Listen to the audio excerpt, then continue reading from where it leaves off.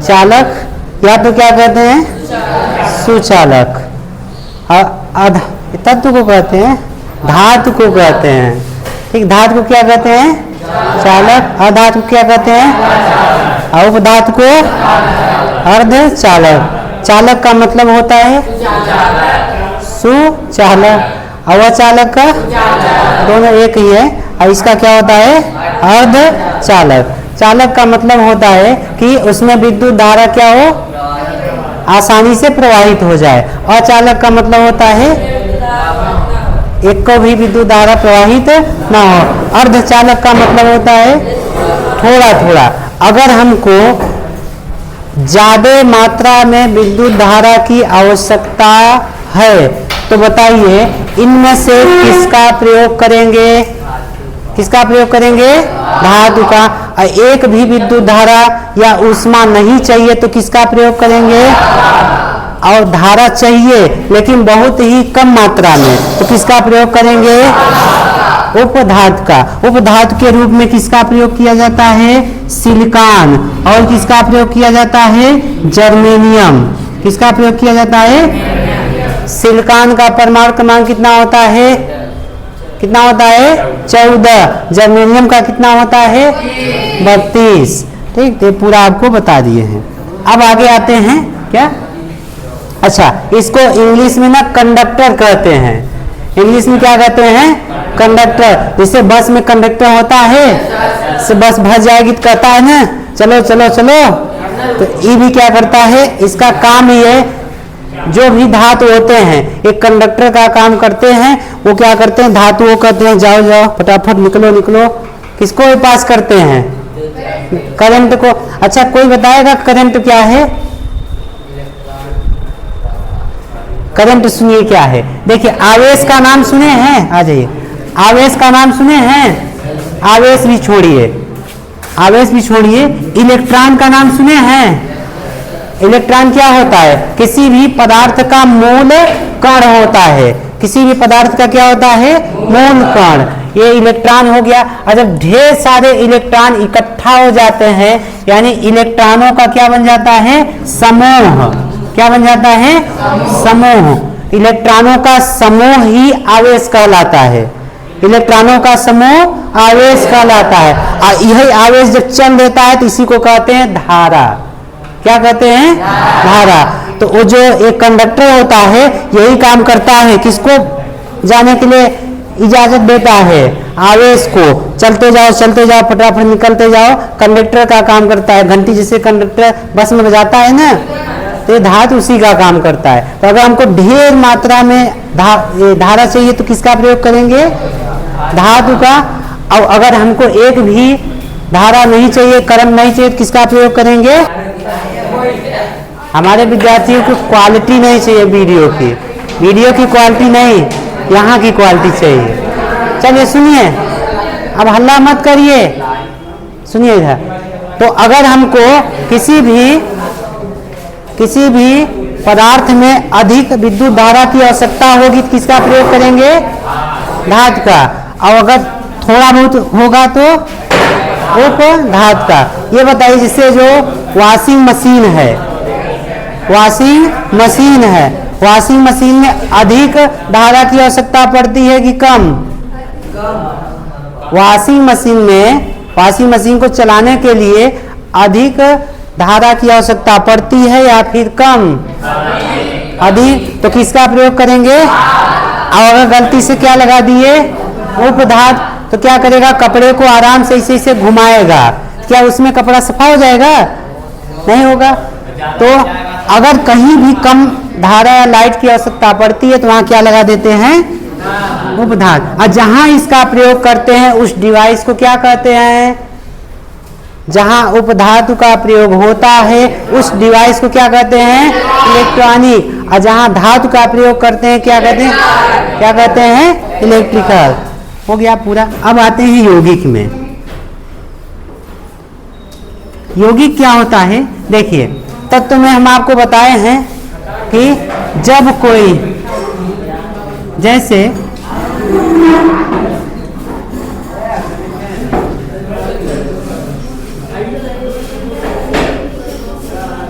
बैठ गए?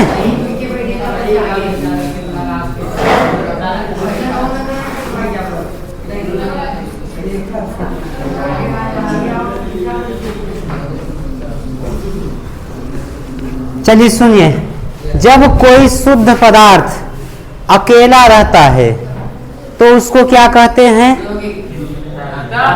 क्या कहते हैं? कोई भी शुद्ध पदार्थ अगर अकेला है तो उसको क्या कहेंगे? और जब यह इनका एक से अधिक यानी दो या दो से अधिक मिल जाएंगे तो उसी को क्या कहते हैं? यौगिक। अकेला है तो क्या कहेंगे?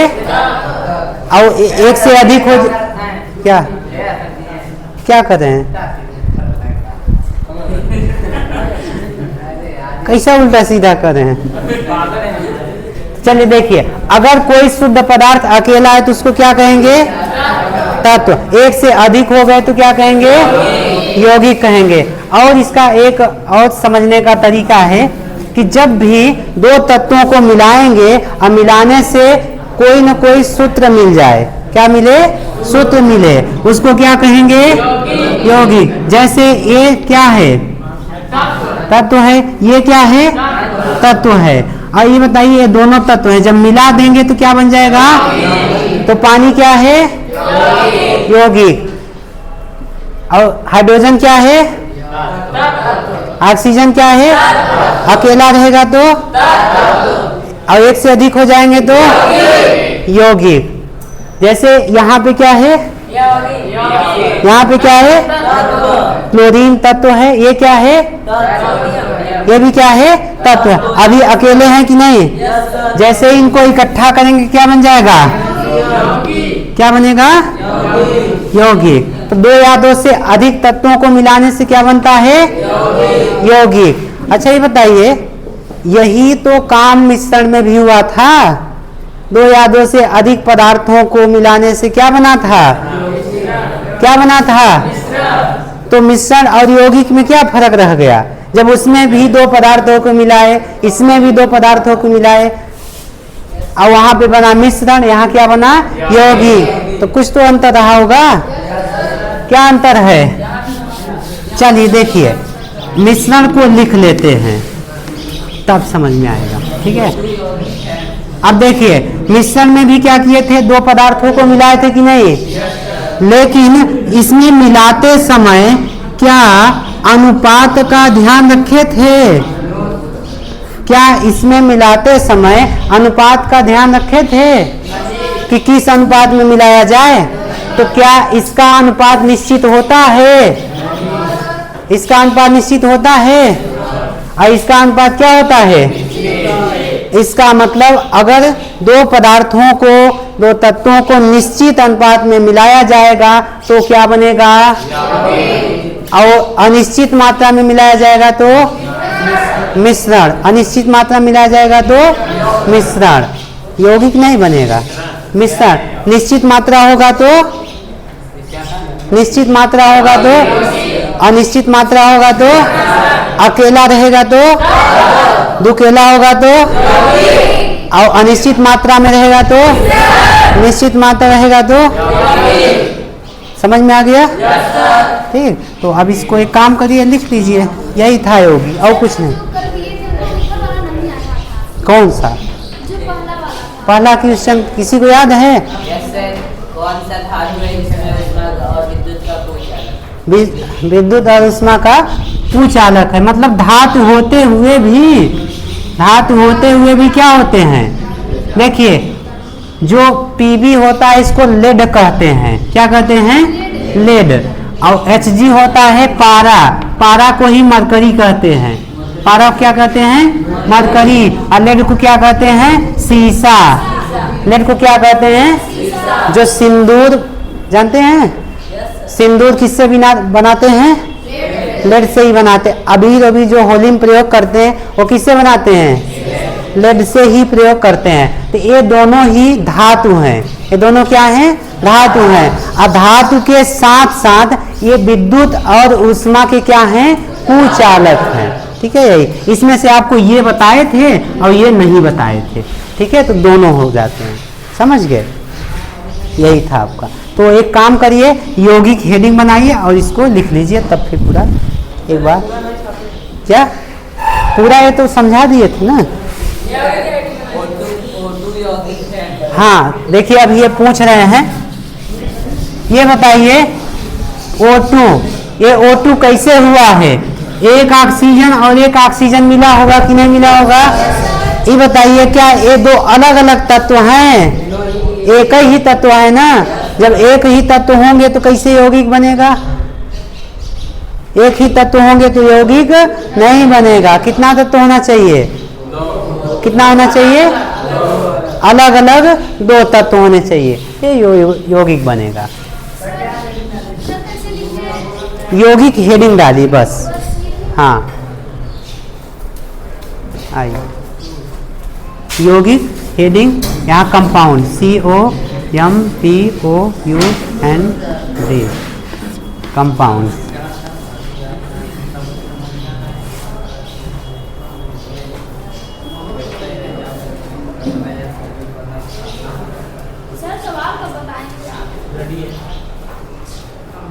है हाँ, दो या दो से अधिक कंपाउंड है, दो या दो से अधिक। हाँ, दो या दो से अधिक, दो से अधिक शुद्ध पदार्थों को, दो या दो से अधिक शुद्ध पदार्थों को निश्चित अनुपात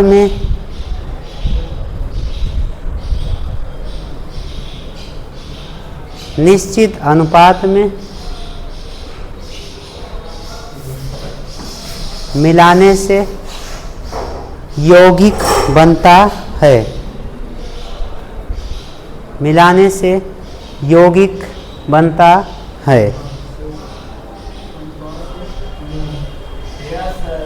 हो गया, यौगिक बनता है। उदाहरण लिख लीजिए। उदाहरण H2O, CO2, क्या क्या वो यौगिक नहीं है, तत्व में ही आएगा। और लिख लीजिए NaCl, CaO आदि लिख लीजिए। नमक और पानी को अगर निश्चित उसमें मिलाएंगे मात्रा में तो यौगिक बन जाएगा? नहीं, निश्चित मात्रा में नहीं मिलेगा, यौगिक नहीं बने, क्योंकि नमक और पानी को मिलाएंगे तो कैसे यौगिक बनेगा? देखिए, यौगिक जब भी बनेगा तो उसका कुछ न कुछ फार्मूला होगा। अगर फार्मूला है तो यौगिक है, फार्मूला नहीं है तो यौगिक नहीं है। पहचानने का आसान तरीका, किसी का भी नमक पानी नहीं, शराब नमक कुछ भी मिलाइए, अगर उसका फार्मूला है, फार्मूला का मतलब सूत्र है, तो वह यौगिक है। सूत्र नहीं है तो यौगिक नहीं है। जैसे चोखा नाम सुने हैं, दाल सुने हैं, दाल हो गया, चोखा हो गया, चावल हो गया। ये बताइए, इन सबको मिला देंगे तो क्या इनका सूत्र मिलेगा, प्राप्त होगा? चीनी का शरबत बनाते हैं तो क्या उसका कोई फार्मूला होता है? तो क्या वह यौगिक होगा? जबकि चीनी एक क्या है? चीनी क्या है? चीनी क्या है? यौगिक है कि मिश्रण? क्योंकि चीनी का फार्मूला होता है कि नहीं? क्या होता है? C12H20/11, यही होता है ना। चीनी हो गया। अब पानी का भी फार्मूला होता है कि नहीं? होता है ना। दोनों का फार्मूला मिला के शरबत बना दिए। जैसे शरबत बनाए तो क्या उसका फार्मूला मिला? तो क्या वह जो शरबत बना वह यौगिक होगा? नहीं होगा। तो जिसका फार्मूला है वो क्या होता है? यौगिक। जिसका फार्मूला नहीं है वो क्या है? क्या है? मिश्रण। वो मिश्रण में चला जाएगा। ठीक, तो अब देखिए आगे इसके, हाँ, इसको कैल्शियम ऑक्साइड, ये चूना होता है। ठीक है, सबके बारे में आगे आएगा। अब देखते हैं आगे, इसमें एक तत्व आता है कार्बन। क्या आता है? कार्बन। कार्बन का परमाणु क्रमांक कितना होता है? कितना होता है? 6। अच्छा, इसके पहली कक्षा में कितने होंगे? 2। अंतिम कक्षा में कितने में होंगे? 4। ये बताइए, यह कार्बन अस्थाई होने के लिए 4 इलेक्ट्रॉन देगा कि 4 इलेक्ट्रॉन लेगा? दोनों कर सकता है। ये दे भी सकता है, ले भी सकता है। इसीलिए इसमें दोनों के गुण पाए जाते हैं। धातु के भी अगर ये 4 इलेक्ट्रॉन दिया तो किसका गुण काम किया? इसमें कौन सा गुण इसमें काम किया? धातु का। और 4 इलेक्ट्रॉन किसी से लिया तो किसका गुण कार्य किया? अधातु का। इसीलिए कार्बन में दोनों के गुण होते हैं, धातु के भी अधातु के भी। और एक कार्बन क्या होता है? पगला होता है। क्या होता है? क्या होता है? पागल होता है। देखिए, ये क्या करता है? किसी भी तत्व से दोस्ती कर लेता है। किसी भी तत्व से क्या कर लेगा? दोस्ती। और दोस्ती करके क्या बना लेता है? यौगिक। क्या बना लेगा?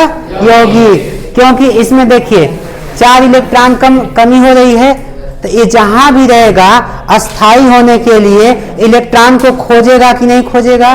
कहीं से हमको इलेक्ट्रॉन मिल जाए, जहां से भी इलेक्ट्रॉन मिलेगा मतलब उससे क्या करेगा? उससे मिलेगा कि नहीं? और जैसे दोस्ती करेगा वहां क्या बन जाएगा? यौगिक। इसीलिए दुनिया में अधिकतर जो पदार्थ हैं कैसे हैं? कार्बनिक हैं कि नहीं है? अधिकतर पदार्थ क्या हैं? कार्बनिक। इसका मतलब ऐसे यौगिक, हाँ, कार्बन का प्रयोग देखिए, जैसे कोई जीवाश्म है वो कितना पुराना है। ठीक है, कोई भी जीवाश्म कितना पुराना है उसकी आयु निकालने के लिए किया जाता है कार्बन का प्रयोग। और चट्टानों की आयु भी निकालने में किया जाता है। कोई जैसे चट्टान है कितनी पुरानी है उसका निकालने के लिए प्रयोग किया जाता है। जिससे कोई कोई व्यक्ति, अभी जो हड़प्पा की खुदाई हुई थी, कुछ उसमें से मिले थे हड्डी वड्डी। इतिहास पढ़ेगी नहीं? हाँ, वो हुआ था 1921 में। ठीक है, दयाराम साहनी ने किया था। तो उसमें क्या मिला था? कुछ आदमियों के अवशेष मिले थे। अब कैसे पता चला कि इतने साल पहले की ये घटना है? तो वहां पे हड्डियों को लेकर वहां पे कार्बन का प्रयोग करके उस हड्डी की आयु ज्ञात किए थे। ठीक है, तो किसी भी जीवाश्म की आयु निकालने के लिए किसका प्रयोग किया जाता है? कार्बन का। और वैसे तो कार्बन का प्रयोग बहुत है। ठीक है, हर एक पदार्थ में। हम लोग के शरीर में कार्बन है? कार्बन है? आ जाइए। चीनी में कार्बन होता है? चीनी में भी क्या होता है? कार्बन होता है। तो देखिए, जिस भी यौगिक में कार्बन रहेगा उसको कैसा यौगिक कहेंगे? कैसा यौगिक कहेंगे? कार्बनिक। और जिस यौगिक में कार्बन नहीं रहेगा उसको क्या कहेंगे? अकार्बनिक यौगिक।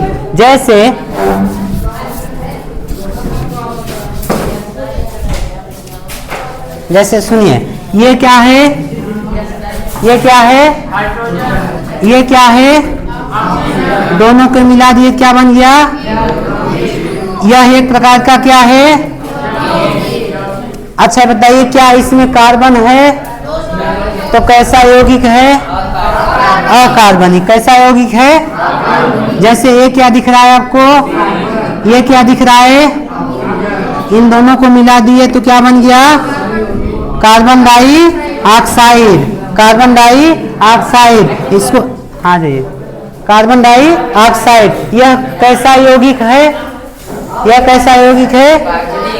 कार्बनिक। यानी कि जिस यौगिक में कार्बन उपस्थित रहता है उसको क्या कहेंगे? कार्बनिक यौगिक। जिस यौगिक में, हाँ बैठिए जल्दी, बैठो जल्दी। जिस यौगिक में कार्बन नहीं रहता उसको क्या कहेंगे? अकार्बनिक यौगिक। तो नीचे अब हेडिंग लिखेंगे, यौगिक मुख्यतः दो प्रकार के होते हैं। यौगिक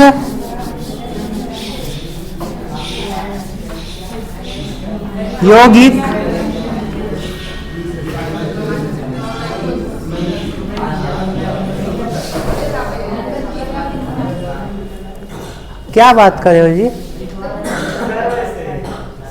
वैसे कैसे? क्या पूछ रहा है? लिखिए, पूछो, कुछ पूछ रहे हो?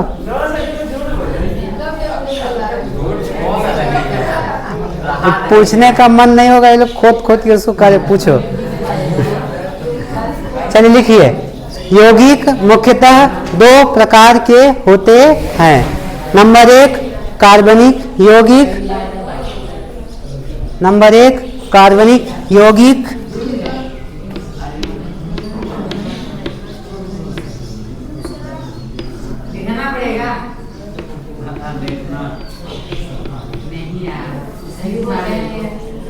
इसको ऑर्गेनिक कहते हैं।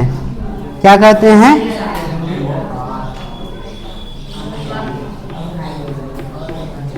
ऑर्गेनिक। अगला है दूसरा अकार्बनिक,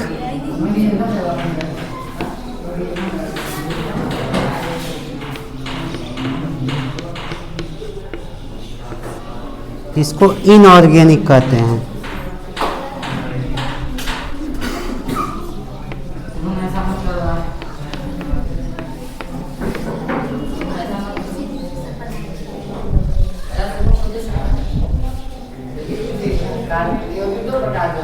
हाँ, यौगिक दो प्रकार के होते हैं। कार्बनिक में लिखिए, जिन यौगिकों में, हेडिंग बना लीजिए कार्बनिक, एक लाइन लिख लीजिए, हट जाए, चलिए बिल्कुल। जिन यौगिकों में, कार्बनिक यौगिक, जिन यौगिकों में कार्बन उपस्थित रहता है,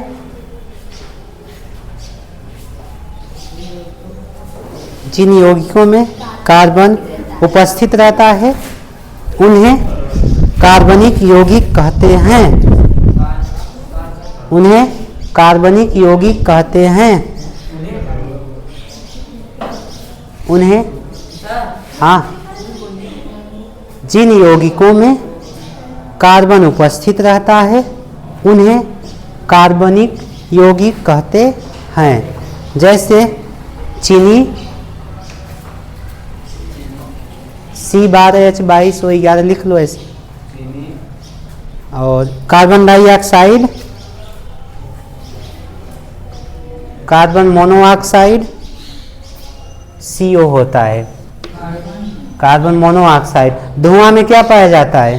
कार्बन मोनोऑक्साइड। इसको जानते हो, दम घोंटने वाली गैस कहते हैं। ठीक है, अगर इसकी अधिक मात्रा होगी तो इंसान की क्या हो जाती है? मृत्यु हो जाती है। हो गया, आदि लिख दो। हाँ, इसके बाद एक लाइन ये वाला हेडिंग बना लीजिए। हाँ, अकार्बनिक।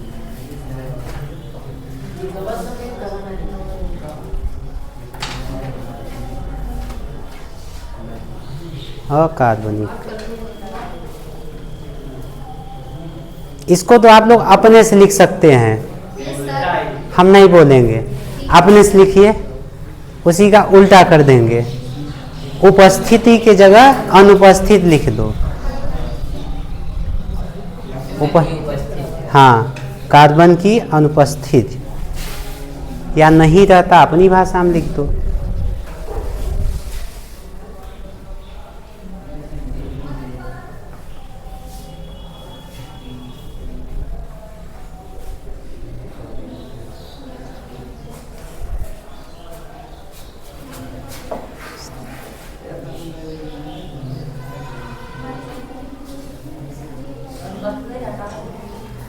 अनुपस्थित रहता है।